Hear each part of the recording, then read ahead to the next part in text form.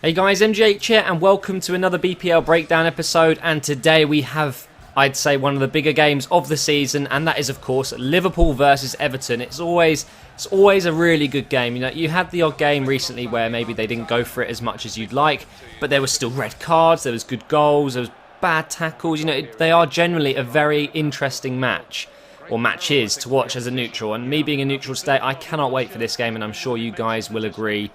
Liverpool versus Everton, eh? So, I'm going to start off with my prediction. I think it's going to be a difficult match for both sides. I think, obviously, they're both... There's not really a definitive result from this. Like, none of these teams can get into the top four, I don't think, really, realistically, unless everyone else loses, obviously. And they're both safe from relegation, clearly. So there's actually nothing to fight for, in a way, except from pride, you know, because Everton are above Liverpool. So if Liverpool win today, they get closer to Everton, and then maybe on the last day they can pull off some magic and Everton will lose. And, you know, this is basically bragging rights they're fighting for right now. So having said that, I don't think they're going to be going completely all out today. I'm sure there'll be some safer tackles going out today, just because it'd be silly to go in and break people's legs. I'm going to go with a 2-0 to Liverpool. Now, I know a lot of Everton fans might think, what the fuck, Matt? I actually do really like watching Everton. I'd always prefer Everton to be more successful than Liverpool, just because I think the rivalry between Arsenal and Liverpool is so high compared to Everton. I just kind of want Everton to do well, just because I'm an Arsenal fan, you know. And I think Everton have had a great season, but Liverpool, they have hit some incredible form lately, haven't they? You know, against Newcastle, they completely demolished them. Now, I know Newcastle just haven't been playing well, and you could say it wasn't just Liverpool playing well, it was actually Newcastle just defending like kids. But not every team can put 6 past Newcastle, so I think Liverpool, they're in their form at the moment. They'll go into this game with some confidence, and I think they've got more to fight for than Everton. There's just that feeling that I think Liverpool will be just up for it more, in a way. So I'm going to go with 2-0 to Everton. Let's talk about some facts, and then we'll move on into the other big game, which is obviously Manchester United versus Chelsea. Don't worry, I haven't forgotten. Liverpool are unbeaten in their last 4 league matches, with Everton 5 in all competitions. So there you go, Liverpool haven't lost to them. Everton have just won just one of their last 12 Premier League meetings with Liverpool. They've won 1, they've drawn 4, and they have lost 7. So statistically, Liverpool are going to be the favourites today.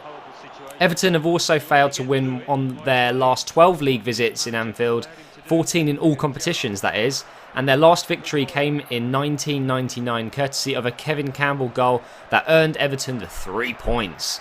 So, yeah, it's been a while since Everton actually pulled off a win at Anfield, which is obviously where the match is being played today. I just genuinely think Liverpool are the favourites today. Liverpool versus Everton have seen more red cards than any other fixture in Barclays Premier League history, and that is a total of 20. 20 red cards. That is astonishing, and that's why I started off with saying we always get some dodgy tackles in these games, and I'm sure there will be. Maybe a bit safer today, just because there's not much to fight for. If they were fighting for, you know, like a top 4 place, I think you'd see a different mindset from the players. Now, while you watch the gameplay, really quick, I just want to talk about the Manchester United versus Chelsea game, and then I've got a lot of gossip to go through, a lot of football gossip. I love it. So we've got Man United versus Chelsea. Obviously, Man United are already crowned champions, so they're literally fighting for nothing at the moment. They can't get their target, which was, you know, to beat Chelsea's top score, like the top amount of points that they set. I think it was 95. So Man United can't do that anymore. They're literally playing for fun today. There's no real worry to them. Whereas Chelsea, it's a big game. You know, you've got Tottenham and Arsenal right next to you, and if you lose today, I think it could be that Arsenal and Tottenham make it into the Champions League and Chelsea don't. I obviously don't want that to happen. I want it to be Chelsea and Arsenal, obviously, because I'm an Arsenal fan, guys. Don't hate on me for that, but I'm sure every Arsenal fan would agree. I'm going to go with a 2-1 win to Manchester United, even though they're not going for anything today. I'm sure they're still going to go out with a winning mentality. I mean, it's Sir Alex Ferguson, for Christ's sake, and I just think that it's going to be one of those games when Chelsea may absolutely dominate, but Man United will still get the points. That's what champions do, right? Let's talk about some head-to-head facts. This will be the 5th meeting between Man United and Chelsea this season. Chelsea beat United in both the FA Cup and the League Cup, and United won 3-2 in the league encounter at Stamford Bridge. So I watched every single one of these matches. They're always great and very entertaining end to end. But back then, there was actually they were fighting for something. Chelsea seems to be the only team today that will actually, you know, either benefit or really not benefit from losing or winning. United and Chelsea have met 41 times in the Premier League. Both sides have won 13 times each. and there has been 15 draws. So it's quite even over the last 41 games. The last 6 clashes in all competitions have produced 29 goals. That is an average of 4.8 goals a game. So today, technically, we are going to get 4.8 goals. What do you reckon, guys? Can we get to 5 goals today? I don't think so. I think it's going to be one of those games, like I said, it's just going to be like a 2-1. Sir Alex Ferguson's side have lost more games, 13, and conceded more goals, 55, against Chelsea than any other side in the Premier League. So this is literally Man United's bogey team, Chelsea. So I'm really looking forward to this game. It's going to be an absolute cracker. I'm absolutely sure that we're going to be glued to our seats. We do actually have the Liverpool game coming up first, and then it's Man United. So we have a whole afternoon of football to watch, guys. As this video goes up, you're probably watching the Liverpool game right now, or it's on. So hopefully my prediction will come true, because I'd like Liverpool to do well today. Just because I think their run of form is, well, they deserve it. Anyway, let's go on to a tweet that caught my eye this morning, and I'll put it on the screen. This was tweeted by Michael Owen this morning. He said, an early fun stab at next season's finishing positions. He thinks it's going to end like this. Man United champions again. You know, can't really disagree with that. Chelsea in second. Liverpool in third. Man City in fourth. Arsenal in fifth. Spurs in sixth. And Everton in seventh. So, for some reason, he's done top 7. Right, okay. So, what I wanted to do, guys, is kind of like a comment of the video. Leave your top 7 for next season. So, the next Premier League season. Remember, we're getting goal line technology introduced. We're going to have new teams in the Premier League like Hull. Obviously, we've got Cardiff, and there'll be one more joining them. Hopefully, Crystal Palace, in my opinion. Who do you think will finish top 7? I'm not going to do mine today, because I just think I want to see what you guys think in this video, and then maybe I'll do mine next time.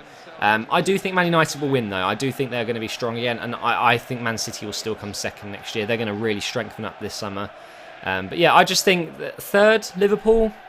I know Michael Owen used to play for Liverpool, and he's got like a special place in his heart for them, but I just genuinely don't think Liverpool could even... I still don't think they can make it top 4, let alone top 5.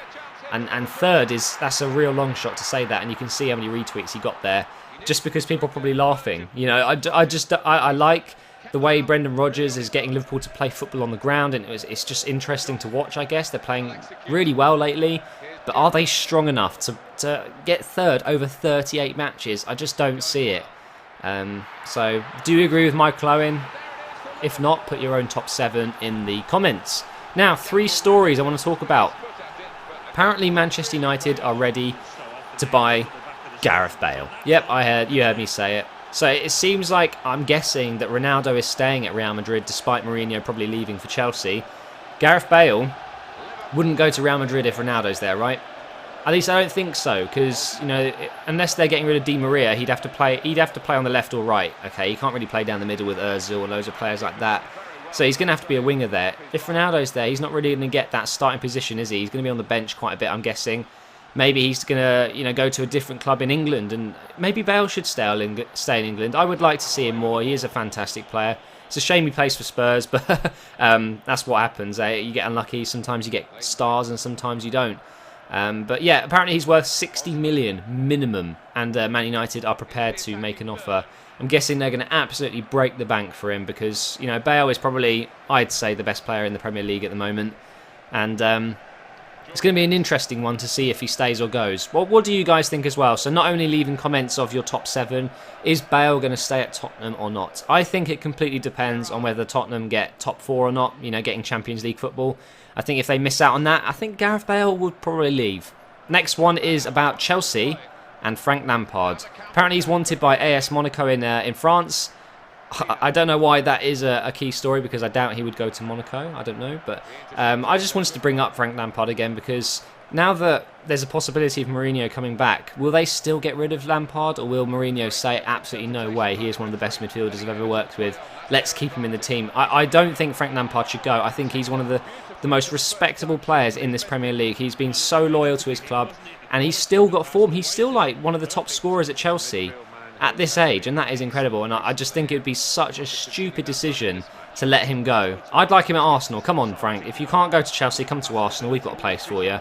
I know he can't play every game. I know he's getting to the age where he is going to get slightly unfit over the weeks. especially during Christmas when the fixtures get a little bit tight. But he is still a class player, and I would have him in my team every day. He's a fantastic player. Respect to Frank Lampard, and hopefully he doesn't go to LA Galaxy or whatever, because I'd like to see him stay at Chelsea. Anyway, the last story I just want to talk about, for you Arsenal fans in specific, is QPR are prepared to sell Remy for 6 million. Now, I'm guessing that they bought him, I think they bought him for 6 million, didn't they? I'm just guessing they basically had to pay the wages, right, for the months that he's been there, and they'll offload him. And apparently Remy really wants to go to Arsenal, and I'm just thinking Remy at Arsenal would be a really good match. I think, you know, he's French.